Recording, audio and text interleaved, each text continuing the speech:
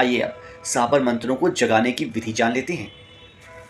द्वापर युग में एक बार भगवान श्री कृष्ण की आज्ञा से अर्जुन ने पाशुपति अस्त्र की प्राप्ति के लिए भगवान शिव का तप किया। एक दिन भगवान शिव एक शिकारी का भेष बनाकर आए और पूजा के बाद अर्जुन को सूअर पर बाण चलाने को कहा।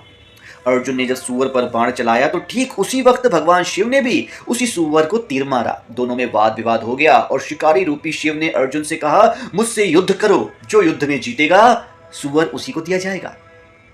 प्रिय मित्रों, इस युद्ध को देखने के लिए मां पार्वती भी शिकारी का भेष बनाकर वहां पर आ गई और युद्ध देखने लगी। तभी भगवान कृष्ण ने अर्जुन से कहा कि जिसका रोज तप करते हो वही शिकारी के भेष में साक्षात तुम्हारे सामने खड़े हैं। अर्जुन ने भगवान शिव के चरणों में गिरकर प्रार्थना की और भगवान शिव ने भी अर्जुन को अपना असली रूप दिखाया। फिर अर्जुन भगवान शिव के चरणों में जब गिर पड़े तो पाशुपति अस्त्र के लिए प्रार्थना की उन्होंने और शिव जी ने भी अर्जुन को उनका इच्छित वर दिया। उसी समय मां पार्वती ने भी अपना असली स्वरूप दिखाया और जब शिव और अर्जुन में युद्ध हो रहा था तो मां भगवती शिकारी का भेष बनाकर बैठी थी। उसी समय अन्य शिकारी जो वहां युद्ध देख रहे थे उन्होंने जो मांस का भोजन किया वही भोजन मां भगवती को शिकारी समझकर खाने को दिया।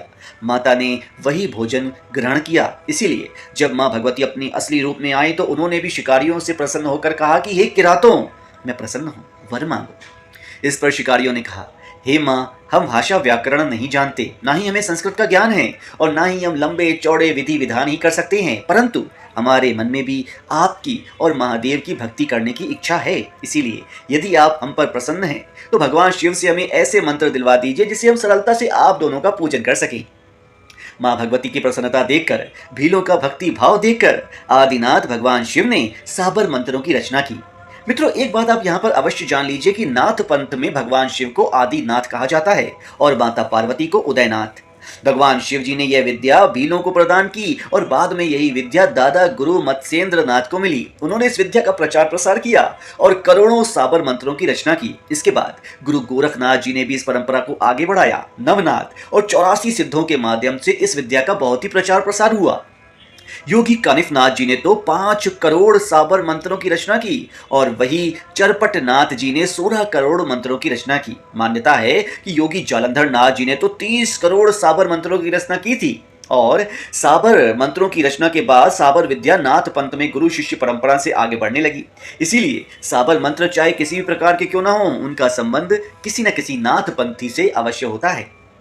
प्रिय मित्रों, ये बात जान लीजिए कि साबर मंत्र सिद्धों की देन है, नाथ सिद्धों की देन है। इन्हें आप जरूर अपने जीवन में सुख शांति वैभव पाने के लिए उपयोग में लाइएगा।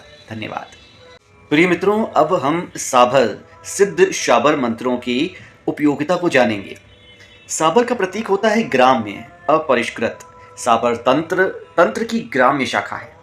भगवान शंकर इसके प्रवर्तक हैं, किंतु जिन सिद्धों ने इसका आविष्कार किया वे परम शिव भक्त थे। गुरु गोरखनाथ, गुरु मच्छंदरनाथ साबर मंत्रों के जनक माने जाते हैं। अपने तप प्रभाव से वे भगवान शंकर के समान पूज्य माने जाते हैं और सिद्ध और नाथ संप्रदायों ने भी परंपरागत मंत्रों के मूल सिद्धांतों को लेकर बोलचाल की भाषा में साबर मंत्रों को बहुत ही उच्च मंत्रों का दर्जा दिया है। साबर मंत्रों में आन, श्राप, श्रद्धा और धमकी, इन सबको देने के लिए इनका प्रयोग किया जाता है। साधक याचक होता हुआ भी देवता को सब कुछ कहता है, उसी से सब कुछ कराना चाहता है। और आश्चर्य की बात तो यह भी है कि उसकी यह आन भी काम करती है। आन अर्थात सौगंध।